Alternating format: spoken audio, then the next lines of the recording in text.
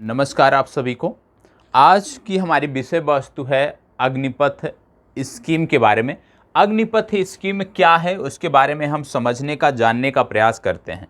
आप में से कई सारे युवा होंगे, हो सकता है जो भारतीय सेना में जाना चाहते हों, जो भारतीय सेना में जाने की इच्छा रखते हों। हो सकता है कि आपके परिवार में कुछ सदस्य ऐसे हैं, आपके परिवार में कुछ भाई बहन ऐसे हैं जो सेना में जाने की इच्छा रखते हैं, जिनका जज्बा है सेना में जाने का और उसके लिए वो जी तोड़ मेहनत भी कर रहे होंगे। विगत कई वर्षों से इस संदर्भ में यदि हम देखें तो कोई भर्ती आई नहीं है और लगातार जो छात्र हैं वो पिछले महीनों यदि आप देखो तो लगातार छात्र आंदोलन कर रहे थे कि भर्ती लाई जाए, क्योंकि कहीं ना कहीं जो छात्र 2 वर्ष से 3 वर्ष से लगातार कठिन परिश्रम कर रहे हैं, चाहे वो सर्दी गर्मी बरसात के दिनों में भी लगातार अपनी फिजिकल स्टेमिना को बनाए रखने के लिए जो मेहनत करते हैं, जो मानक हैं उसको पूरा करने के लिए जो मेहनत करते हैं, उनकी मेहनत पर यदि हम देखा जाए तो उनकी मेहनत पर कहीं ना कहीं इस योजना से चोट पहुंची है। उनको थोड़ी सी चिंता इस योजना के चलते हुई है। अब यह योजना क्या है इसको समझने का प्रयास करते हैं। भारत सरकार द्वारा यह योजना क्यों लाई गई इसके बारे में जानने का प्रयास करते हैं। आपको बता दें कि कल ही राजनाथ सिंह द्वारा, जो कि हमारे रक्षा मंत्री हैं, उनके द्वारा सेना के तीनों संगठनों के जो सर्वोच्च पद पर बैठे हुए लोग हैं, जो नेतृत्व करता है, उनके साथ बैठक की गई, जिसमें वायुसेना, थल सेना और जल सेना तीनों से जुड़े हुए प्रमुख थे और साथ में रक्षा मंत्री थे। और उसी के दौरान इस योजना की घोषणा की गई जिसका नाम है अग्निपथ स्कीम। अब ये अग्निपथ स्कीम सबसे पहले आपको बता दें किसके लिए है। तो आपको जानना होगा कि ये जो अग्निपथ स्कीम है ये सिर्फ और सिर्फ सैनिकों के लिए है।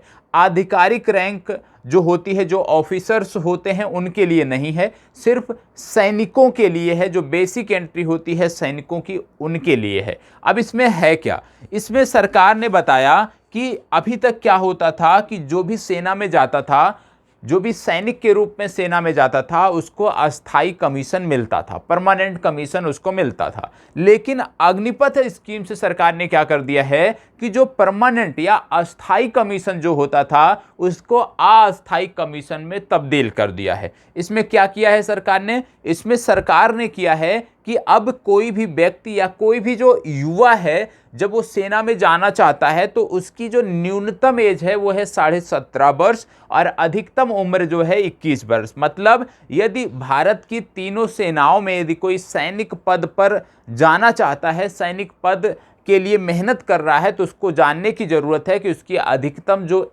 एज है, अधिकतम जो उम्र सीमा है वो है 21 वर्ष और मिनिमम जो उम्र सीमा है, न्यूनतम जो उम्र सीमा है वो है 17.5 वर्ष। मतलब 17.5 से लेकर 21 वर्ष की आयु के लोग ही अब 21 वर्ष की आयु के युवा ही अब सेना में जा सकते हैं। और ये जो युवा सेना में जाएंगे 17.5 से लेकर, आप कह सकते हो 17.5 से लेकर 21 वर्ष तक की आयु के ये जो युवा सेना में जाएंगे, ये अधिकतम सिर्फ 4 वर्ष तक सेवा दे सकेंगे। 4 वर्ष के बाद इनको सेवा से बाहर कर दिया जाएगा। और ये जो 4 वर्ष की सेवा है, इसीलिए इसको बोला जा रहा है अस्थाई कमीशन, क्योंकि ये शॉर्ट रूप है, बहुत ही आप कह सकते हो छोटा प्रारूप है ये भर्ती का। सिर्फ 4 साल के लिए आप सेना में जा सकते हो। और इन 4 सालों में जैसे मान लीजिए किसी वर्ष 50,000 लोगों की भर्ती हुई, तो 50,000 लोगों का 75% जो होगा उतने लोग बाहर कर दिए जाएंगे 4 साल बाद। सिर्फ 25% ऐसे युवा होंगे जो आगे बढ़ सकेंगे और उनको अस्थाई कमीशन मिल सकेगा।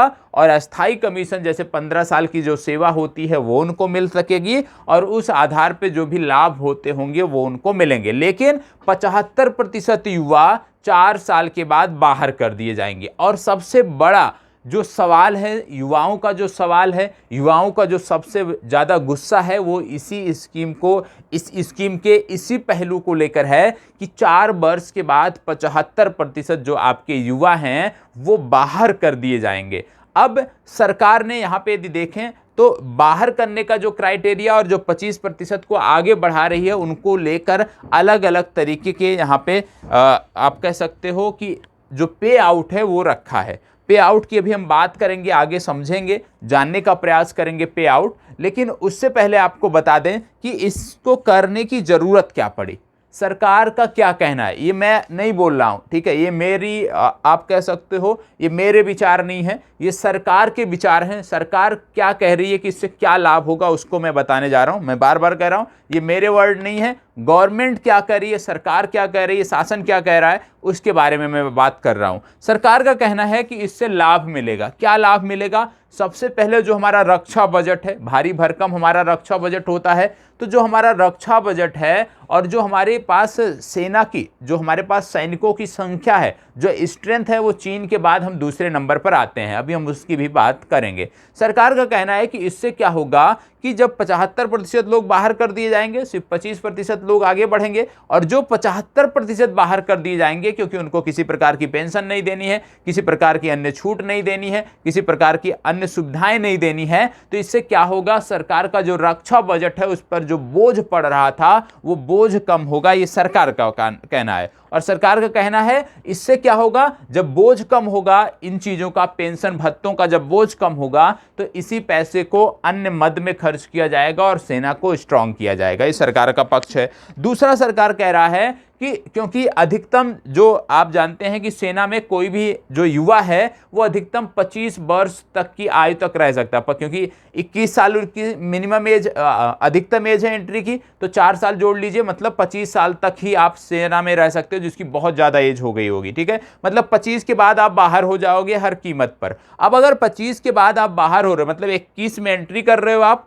जो अधिकतम आप कह सकते हो सीमा है, और 25 में आप बाहर हो जा रहे हो, तो इसके बाद आपके पास बाहर भी एक सुनहरा मौका है। आप बाहर भी बहुत कुछ कर सकते हो, किसी निजी क्षेत्र में जा सकते हो, किसी अन्य चीज की तैयारी कर सकते हो, और उसमें आपको विभिन्न प्रकार की छूटें मिलती हैं। इसके साथ साथ सरकार यह भी कह रही है, क्योंकि जब कोई युवा बाहर होगा 4 साल बाद, जब वो सेना से बाहर होगा, तो उसको एक निश्चित राशि भी दी जाएगी। अभी उसका भी जिक्र हम करेंगे कि वो राशि क्या होगी। तो उस राशि से यदि युवा चाहे तो कोई अपना व्यवसाय कर सकता है, कोई अपना उद्यम कर सकता है, और युवा जो हैं वो आत्मनिर्भर होंगे, सरकार का यह भी कहना है। इसके साथ साथ आपको बता दें कि सरकार का यह भी कहना है कि इस स्कीम का फायदा यह होगा कि हमारी जो सेना होगी वो युवाओं से लैस होगी, मतलब सेना में ज़्यादातर जो हैं वो युवा होंगे और उसकी स्ट्रेंथ ज़्यादा होगी और ज़्यादा आउटपुट उनसे हम ले सकेंगे और बेहतर हमारा मैनेजमेंट हो सकेगा। अब कहीं ना कहीं यदि हम देखें तो जो सरकार दावे कर रही है, अब कितना सत्य है कितना नहीं, आप अपने स्वविवेक से इसको देख सकते हैं। और आपको बता दें कि यहाँ पे यह भी बताया गया है कि यहाँ पे अब पुरुषों के समान, मतलब जिस तरह से लड़कों को यहाँ पे एंट्री के लिए है, उसी तरह से लड़कियों को भी है कि लड़के भी एंट्री कर सकते हैं, लड़कियां भी एंट्री कर सकती हैं। अब कोई किसी भी प्रकार का भेद इसमें देखने को नहीं मिलेगा। अब यदि हम इनके हानियों की बात कर लें कि इसके निगेटिव इम्पैक्ट क्या हैं, इस योजना के निगेटिव इम्पैक्ट क्या हैं, जो युवा कह रहे हैं, जो सेना में जाना चाहते हैं, जो सेना की तैयारी कर रहे हैं, वो लोग जो कहते हैं, उसकी यदि हम बात करें तो युवाओं का यही सबसे बड़ा प्रश्न है कि जो 75% युवा जो है 4 साल बाद बाहर कर दिए जाएंगे, उनका भविष्य आगे का क्या होगा। यदि उनको प्राइवेट सेक्टर में ही जॉब करनी है तो वो 4 साल सेना में क्यों दें, 4 साल सेना में क्यों दें, अपना समय सेना में क्यों गंवाएं। देखो यहाँ पे सबसे बड़ी चिंता यह है कि आप इसमें यह भी जोड़ सकते हो, जो स्पष्ट नहीं है और शासन को करना भी चाहिए, कि जो युवा सेना में जा रहे हैं, आप 4 साल के लिए ले रहे हो, ठीक है, लेकिन उन 4 साल में उन युवाओं को इतना अवसर दीजिए कि वो साथ साथ डिग्री भी हासिल कर सकें, जिससे ना हो कि मान लीजिए कोई युवा इंटर पास करके सेना में जाता है, 4 साल बाद वो बाहर हो जाता है, ठीक है, 17.5 की उम्र में मान लो कोई हाई स्कूल करके जाता है, फिर वो बाहर हो जाता है 4 साल बाद। अब 4 साल जो उसका शैक्षणिक रूप से जो गैप हुआ, उसकी भरपाई कौन करेगा। तो इसके लिए जरूरी है कि इसमें कुछ बदलाव होने चाहिए, और पहला बदलाव यही होना चाहिए कि कोई भी युवा, मान लीजिए हाई स्कूल न्यूनतम योग्यता है, हाई स्कूल करके कोई बच्चा जा रहा है सेना में, तो ऐसा ना हो कि 4 साल बाद जब वहां से बाहर निकल कर आए तो शैक्षणिक योग्यता के रूप में उसके पास सिर्फ यही हो कि हाई स्कूल पास है। उसके पास ऐसा अवसर होना चाहिए कि वो सेना में जॉब करने के साथ साथ अपनी पढ़ाई भी कर सके, अपनी जो शैक्षणिक गतिविधियां हैं उसमें लगातार संलग्न रहे,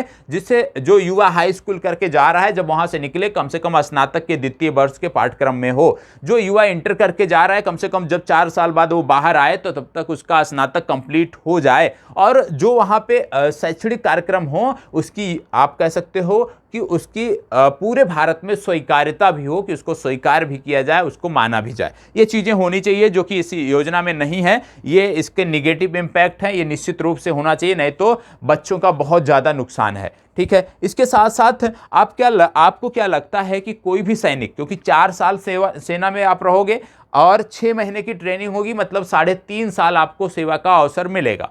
क्या कोई सैनिक 3.5 साल में परिपक्व हो सकता है?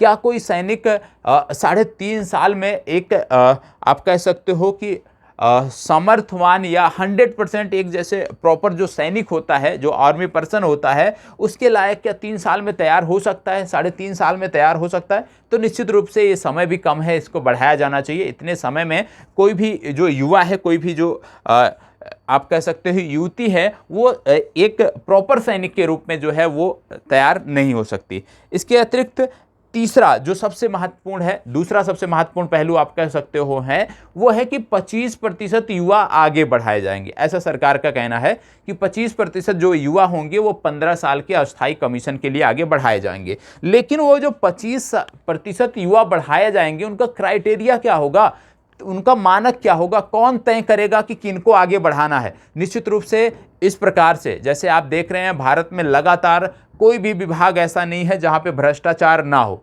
इससे क्या होगा कि सेना में भी भ्रष्टाचार बढ़ेगा। जिनका रेफरेंस होगा वो उस 25% में आएंगे, योग्य नहीं होंगे तो भी उस 25% में आएंगे, और जो योग्य होंगे 25% में जाने के, उनका रेफरेंस नहीं होगा तो 25% में नहीं जा पाएंगे, अस्थायी कमीशन नहीं पाएंगे। तो निश्चित रूप से कहीं ना कहीं इससे भ्रष्टाचार को भी बढ़ावा मिलेगा। इसलिए जरूरी है कि उसके मापदंड क्या होंगे, उसके मानक क्या होंगे, कि 25% में जाने के लिए क्या करना होगा, उसको भी स्पष्ट करना चाहिए, वो चीजें भी स्पष्ट होनी चाहिए। इसके साथ आपको बता दें कि यदि इसी तरह से रहा जो स्कीम अभी है, यदि यही स्कीम रहती है बिना किसी बदलाव के, तो निश्चित रूप से युवा इसमें जाना नहीं चाहेगा, युवा इससे विमुख होगा। क्यों? क्योंकि जैसे मैंने कहा कि सबसे बड़ी बाधा क्या है कि 75% लोग 4 साल में बाहर आ जाएंगे, और ऐसे में यदि कोई हाई स्कूल करके 17.5 वर्ष की उम्र में इसमें ले जाता है और वो 4 साल बाद बाहर आ जाता है, तो वो हाई स्कूल ही कहलाएगा। मतलब 22.5 साल की उम्र में उसकी योग्यता क्या होगी? हाई स्कूल पास। तो कहीं ना कहीं सेना को जो भी जा रहे हैं 4 वर्ष के लिए, उनके साथ शैक्षणिक कार्यक्रम भी जोड़ा जाए, कि साथ ही साथ उनका जो आप कह सकते हो स्नातक परास्नातक जो भी योग्यता है वो लगातार बढ़ती रहे। जो पढ़ना चाहें उनको आसानी से ये चीज़ें उपलब्ध हो सकें, ये छूट दी जाए, तब जाके चीज़ें बेहतर हो सकती हैं। ये सुधार जरूरी है। अब आइए देख लेते हैं इसके कुछ अन्य पहलुओं के बारे में, इनके वेतन के बारे में देख लेते हैं। सबसे पहली बात ये रहा वेतन का। वेतन में आप देखोगे तो सबसे पहली बात, इसमें वेतन के कई क्राइटेरिया बनाए गए हैं। ठीक है, पहली बात कि आपको जो आपका कुल वेतन होगा उसका 70% ही आपको बाई हैंड मिलेगा। मतलब आपके हाथ में आपके वेतन का सिर्फ, और इसी सेवा निधि में जितना योगदान आप करोगे उतना ही योगदान गवर्नमेंट करेगी। उदाहरण के रूप में पहली साल जब कोई इस सेवा में जाएगा, 6 महीने ट्रेनिंग पीरियड होते हैं, तो आपको कुल वेतन जो है वो तो है 30,000, लेकिन यहाँ पे हाथ में सिर्फ आपको 21,000 मिलेंगे, और 9,000 रुपये जो हैं ये सेवा निधि के रूप में आपके कट जाएंगे, और 9,000 रुपये का ही कंट्रीब्यूशन जो है वो भारत सरकार करेगी। इसी के साथ साथ दूसरे साल आप जाओगे तो आपका वेतन बढ़कर हो जाता है 33,000, और यहाँ पर 23,100 रुपये आपको हाथ में मिलेंगे, और यहाँ पे 9,900 रुपये आपके सेवा निधि में चले जाएंगे। इसी प्रकार से तीसरे साल आपका वेतन हो जाएगा 36,500, और इसमें आपको हाथ में मिलेंगे 25,580, और 10,950 रुपये ये सेवा निधि में चले जाएंगे। इसी प्रकार चौथे साल में 40,000 रुपये आपका वेतन हो जाएगा, और 28,000 रुपये आपको हाथ में मिलेंगे, 12,000 रुपये आपके चले जाएंगे सेवा निधि में, और इस प्रकार से 4 साल में जो आपका कंट्रीब्यूशन होगा वो हो जाएगा 5.02 लाख।